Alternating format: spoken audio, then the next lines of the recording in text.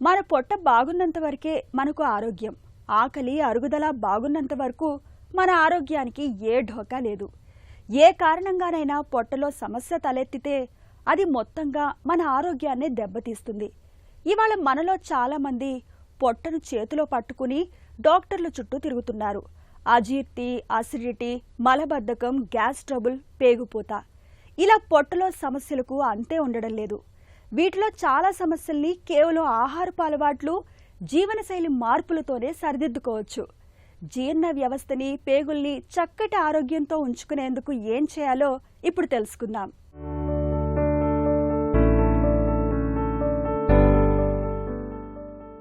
ఛాతీ మంట, దీర్ఘకాల మలబద్ధకం, పేగుపూత వంటి జీర్ణకోశ సమస్యలతో చాలా మంది ఇబ్బంది పడుతుంటారు.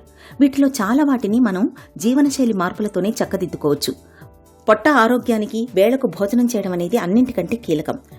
పేగుల్లో మంచి బ్యాక్టీరియా వృద్ధి చెందడానికి సమతులాహారం కీలకం. కూరగాయలు, పండ్లు, నిండు గింజధాన్యాలు ఎక్కువగా తీసుకోవాలి. మాంసం, ప్రాసెస్డ్ ఫుడ్స్ తక్కువగా తినాలి. కాల్షియం, విటమిన్ డి వంటి పోషకాలను అందించే పాలు, పెరుగు, మజ్జిగ వంటివి మేలే. లాక్టోజ్ పడని వారు మాత్రం పాల పదార్థాలకు దూరంగా ఉండాలి. రోజు తగినంత పీచు లభించేలా చూసుకోవటమూ ముఖ్యమే. ఒకేసారి ఎక్కువ కాకుండా తక్కువగా ఎక్కువసార్లు తినటం అనేది పొట్టకు మేలు చేస్తుంది. ఇక మల విసర్జన తీరుతెన్నులు ఆరోగ్యం గురించి విలువైన సమాచారాన్ని ఇస్తాయి. తరచూ విరేచనాలు అవుతున్నా 4-5 రోజుల వరకు తగ్గకున్నా ఏదో తేడా ఉందని అనుమానించాలి. 45 ఏళ్లు దాటిన వాళ్లు పెద్ద పేగు ముందస్తు పరీక్ష, కొలనోస్కోపీ, అన్నవాహిక క్యాన్సర్ ముందస్తు పరీక్షను తప్పనిసరిగా చేయించుకోవాలి. శారీరకంగా చురుగ్గా ఉండడం పేగుల ఆరోగ్యానికి కీలకం. ఎంత ఎక్కువగా శ్రమ చేస్తే పేగులు అంత ఎక్కువగా కదులుతాయి.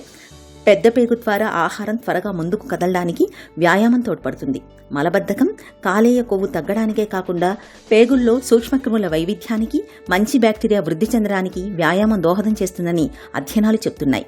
మన ఒంట్లో నీరు తగ్గితే జీర్ణక్రియ సరిగ్గా సాగదు. కాబట్టి తగినంత నీరు, ద్రవాలు తీసుకోవాలి. మద్యం, నొప్పి మందులు పేగులకు హాని చేస్తాయి. మద్యం కాలేయానికి హాని తలపెట్టడమే కాదు, నేరుగా జీర్ణాశయం, పేగుల మీద ప్రభావం చూపుతుంది. కాబట్టి మద్యం జోలికి వెళ్లకపోవడం ఉత్తమం. తరచూ నొప్పి మాత్రలు వేసుకుంటే జీర్ణాశయంలో, పేగుల్లో వాపు ప్రక్రియ ప్రేరేపితమవుతుంది. పేగుల్లో పుండ్లు పడొచ్చు. కాబట్టి వీటి విషయంలో జాగ్రత్తగా ఉండాలి. ఈ జాగ్రత్తలు పొట్టను, జీర్ణ వ్యవస్థను చక్కటి ఆరోగ్యంతో ఉంచుతాయి.